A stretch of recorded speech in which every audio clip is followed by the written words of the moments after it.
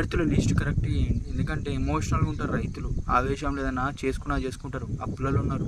రైతు బంధు ఎట్లా విడుదల చేయలేదు, కనీసం రుణమాఫీ క్లారిటీతో చేయండి.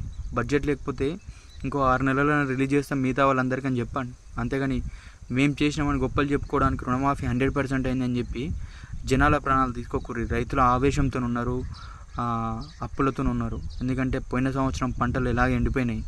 యాసంగిలో వానాకాలం ఇంతవరకు ఒక కుంట కూడా నిండలేదు, పెద్దవాని ఇంతవరకు పడలేదు.